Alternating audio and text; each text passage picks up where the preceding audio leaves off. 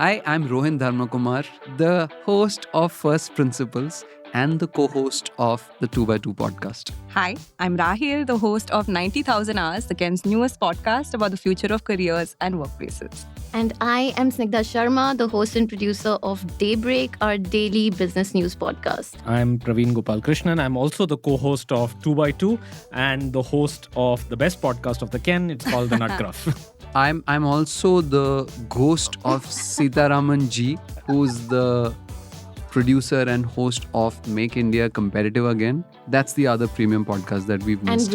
And Brady. So we have a lot of podcasts. So that's is the 6 point. podcasts, each of which covers a completely different topic and offers unprecedented insight, if I may say so myself. No, but actually that's true. First Principles is about leadership. 90,000 hours. Of course it's true. What do you mean? But it's true. No. What do I you just, think I was, just like, realized lying over? now that we sat together. 90,000 hours is about careers. Daybreak is about news and what's happening. The Nut Graph is about connections. And 2x2 is our business strategy. PGK, just a question. Did you think that when we come up with new podcasts at the Ken, we don't think if they overlap with each other or not? No, I just realized now that this is all together. It's nice. But yes, but why are we here? We are here because... We're here to make a very special announcement. Up until now, a lot of people assumed that the only way to access our very many podcasts was by having an annual subscription. We're here to tell you that's not the case anymore. And not an annual subscription to the Ken. You Correct. can actually access it by subscribing to the Ken on Apple Podcasts for a monthly plan. So you could actually try us out by signing up for a monthly subscription. Check out all our premium podcasts. And if at the end of the month you don't feel you liked it enough, you can unsubscribe. But I tell you, I challenge you, you're unlikely to do that because we put out a pretty solid podcast. All the details will be in the show notes of this episode.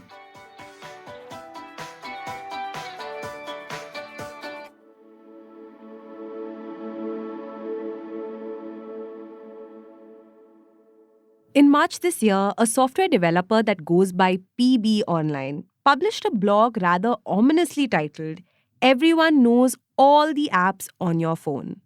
So PB is a software developer based in India, and software developers in India are, from my understanding, like many of them are not very concerned with privacy, but a few of them are, and PB is one of them. He was looking at what kind of app permissions different apps on your phone had. This is specific to Android phones, and he found out that a lot of apps, especially from Indian app-based startups, were very interested in finding out what other apps are installed on users' phones. That's my colleague Abhirami G. PB told her over a phone call last month that these startups were actively flouting Google Play's rules to access people's data. Now, this may sound extreme, but essentially that means that mobile phone you're carrying around in your pocket every day, well, it's actually a data funnel spying on your every move.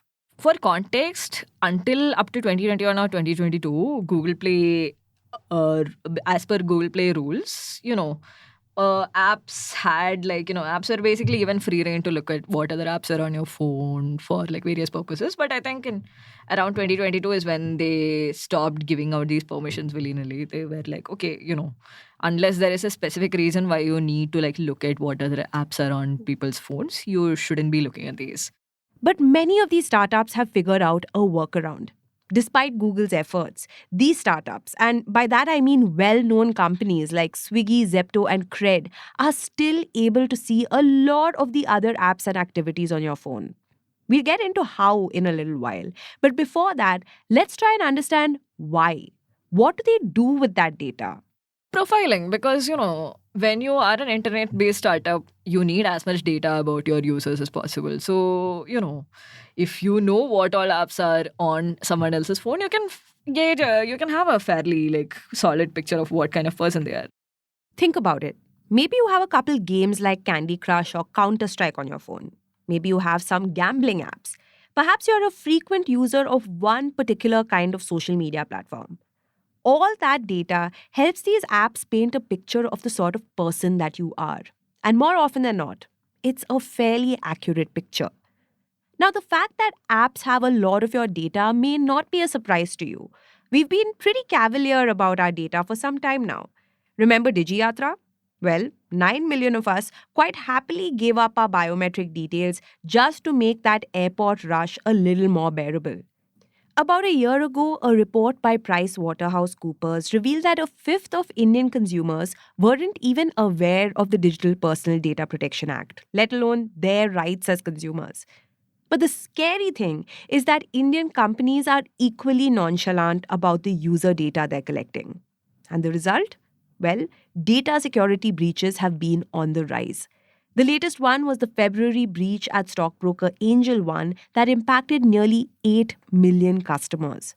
So, what is a data conscious Indian customer to do?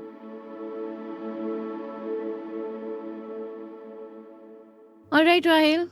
In the words of the famous Kardashian sisters, bye, get out. Wow, that's harsh. I didn't mean that. year. I didn't mean that. Okay. Hi, listeners. I'm your host, Snigdha, and today we're here to make a bit of a bittersweet announcement. As you know, Daybreak is almost turning 3 this year, at the end of this year, and we have crossed, ever since Rahil came into the picture more than a year ago, we have crossed some really important milestones like 1 million downloads, then 2 2 million million downloads, then more than 500 episodes. But now Rahil is moving on I to have her my own own podcast. reference to make for the 90s and 2000s kids. This is a High School Musical reference. I gotta go my own way. At the Ken, Yes. I've launched a new podcast. It's called 90,000 Hours. I will link it in the show notes. But as far as Daybreak is concerned, we have some really exciting things lined up for the next chapter of Daybreak. We're almost 3 years old. The biggest change is, drum roll please, She's sitting right here in our studio right now. Hi guys, I'm Rachel Varghese and I'm new here at the Ken. And I'm going to be taking over for Rahil starting next week. Rahil, Rachel. Is it a coincidence? Is it not? Is it the Mandela effect? Do you want people to think Rachel's been here all along? Maybe. I wouldn't know because you guys chose me to be here. But everybody, Maybe just because of your name you were hired. hopefully that doesn't stay the case. But everybody at the office has already been mixing us up together. Our audio engineer is also, his name is Rajiv. So we've been referred to in the Rastar. collective Yes, it's terrible. multiple times. So, but hopefully this won't be too confusing for too long and we'll all get used to it soon. But let's set the record straight. Rachel is very much her own person with a very interesting career so far. Really interesting perspective she's bringing to the podcast. Rachel, take it away. Tell us who you are. Right. So, a few months ago, I graduated from Ashoka University with a master's in English. Before that, I did my bachelor's in journalism. And between all of that, I was working at a startup that was offering consulting services for women-founded businesses. So that's where my interest in business and startups comes from. And hopefully that's something that I'm bringing to Daybreak. I've been listening to Daybreak for a while. And ever since I knew I'm going to be joining the team, I've been laughing to myself about the Rahil Rachel coincidence. But what's the most exciting thing right now for you about being a part of the Daybreak team? Well, mostly it's the fact that I'll be hosting a podcast for the first time. I've been a huge fan of the medium. I love listening to podcasts, especially when I'm going about my day, doing things. I think Snigdha and Rahil are incredible companions to have on. We didn't pay her to do this. Yeah, no, this is not a paid promo. But yeah, they've been incredible companions as I go throughout my day, and probably the reason why I am pretty comfortable with business journalism at the moment, because they really break things down and make the jargon feel not so intimidating. That's So- so nice of you to say. But tell our listeners, when you go live, what is the episode they should be looking out for? So I go live next Monday. My first episode is about succession coaches. These are basically the super consultants who are making things easy for family businesses that are going through power transitions. So look out for that. I hope you guys are looking forward to it. I'm looking forward to it, and I'm very excited to be on here. Amazing. And Rahil, I hate you for leaving me. I honestly hate that I'm leaving too because I love Daybreak and I love what we do every single day. But I'm so excited and so proud of you for your new podcast. By the way, listeners, 3 episodes are already out. The third one, especially, is a favorite of mine. Thank you. Rahil, please tell our listeners about the American Dream episode. Thanks, Snigdha. For starters, I could not have done it without you. Genuinely, we have the best team here. But Yes. let me just tell you a little bit about my new podcast. It's called 90,000 Hours. It's about the future of careers and workplaces. We are officially 3 episodes old. We drop episodes every alternate Tuesday. The latest episode that Snigdha was being very kind about is about how the American dream is evolving for Indian students.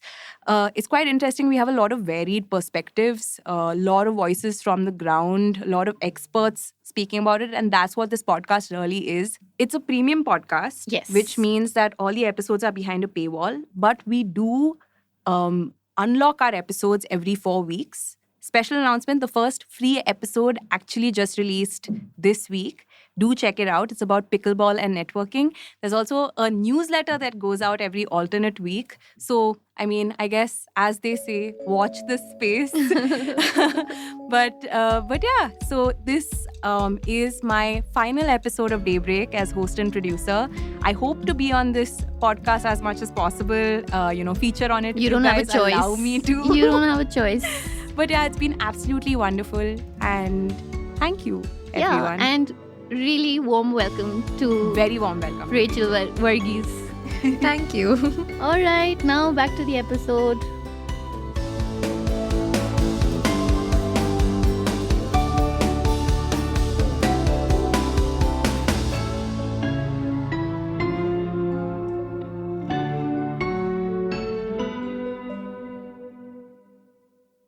You know those nudges you get from time to time? Swiggy will ask you if you're hungry and craving a burger, or a loan app like, say, Credit Bee will tell you to complete your half-finished application.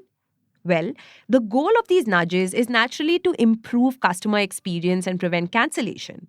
But some of them are more targeted than others. For instance, a deep tech VC Abhi spoke to said many apps use datasets from the aggregator data.ai, which was formerly known as App Annie. It does a lot of data analytics which are specific to apps on people's phones. And what the VC explained to me was that this is probably more complex than this, but App Annie's tracking tools come bundled with certain apps, and they get installed and share the same permissions as this thing. They are basically piggybacking on these apps, and they can check how much time did you spend on this particular app, how much time on that particular app, and they collect this kind of data. They aggregate it, they group it by personality and user profile. If you are a user between 18 and 25 who lives in Indiranagar and works a journalism job, this is the kind of thing that you're likely to do. These are the apps you're likely to access for most periods of time, and you can and they can bundle up this data and sell it to people who want to buy it, which in many cases might be startups who want to understand the kind of profiles and maybe use this information to target people in these areas more specifically. So, hypothetically, a platform like data.ai could potentially go to, say, Swiggy and tell them that people in a particular demographic, like 19 to 25, are spending far more time on Zomato. Swiggy can then figure out how to double down on that particular user base. And that's not all. A lot of apps themselves harvest competitors' data from you. For instance, if you sign up for Zepto Postpaid, the app will ask you for permission to read your bank's SMSs to you, apparently to check if you're eligible for the plan. But in the process, PB told Abhi that they also read messages from all their major competitors, including the likes of Swiggy, Zomato, Blinkit, Big Basket, and Flipkart. It's very grey. I think the SMS permission, for instance, like is something that Zepto was originally supposed to use for, like, say, like reading OTPs off of your bank providers, like this thing, for instance, or checking like which all, like, banks or like which all like financial apps like are sending you SMSs. But along with that, they have just like put in like Blinkit and Swiggy and all of these other guys that are the competitors, just for them to know how much you're ordering from them. Since 2022, Google has expressly forbidden companies from seeing other installed apps on your phone, unless it's absolutely essential to an app-based startup's core functionality. But like Abhi mentioned, startups have been rampantly abusing this provision. PB said one way they do it is by individually listing out every app on a user's phone that they want to check for. And there's more. Stay tuned.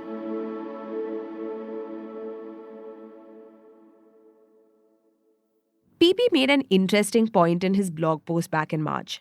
He found that Swiggy in particular wasn't just harvesting data from consumers, but also from the gig workers that it was employing. Gig workers are obviously the most like exposed because, gig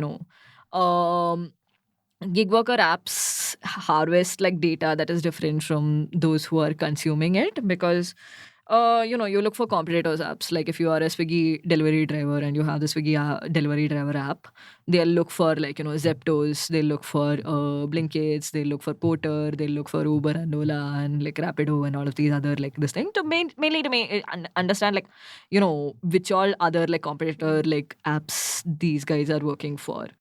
It'll also check to see if they have personal finance or loan apps on their phone to understand who is in debt. It'll also check for gambling apps like Rummy King to assess who's likely to go into debt. Meanwhile, the consumer-facing app harvests data from 154 different apps on a user's phone, including messaging apps like WhatsApp and Discord, travel apps like Make My Trip Indigo and IRCTC Rail, and even fintech apps like Cred and Paytm. It even checks for Microsoft Teams and Slack. Do you see where I'm going with this? There is a very real class divide.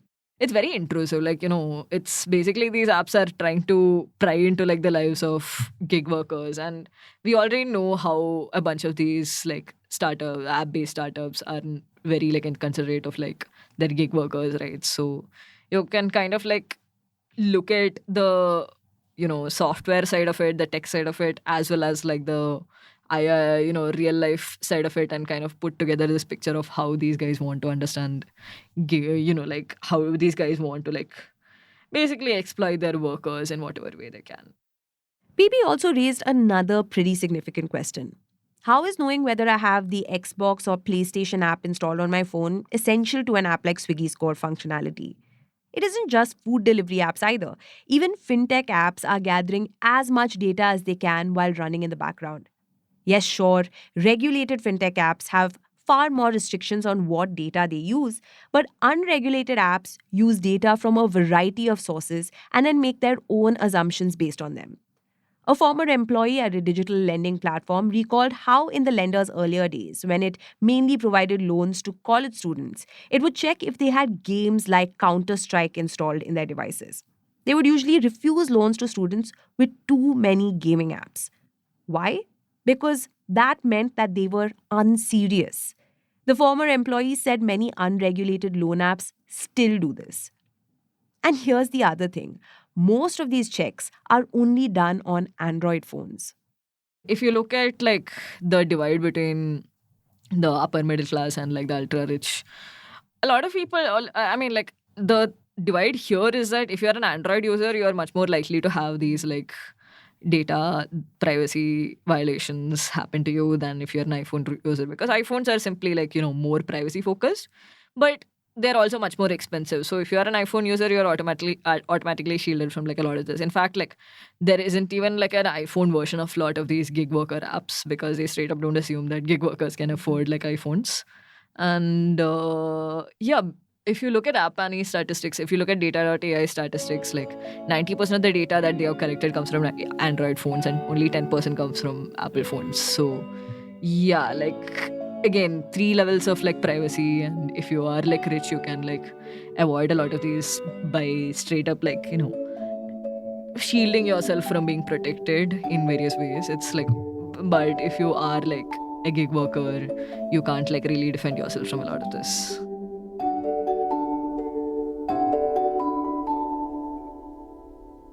Daybreak is produced from the newsroom of The Ken, India's first subscriber-focused business news platform.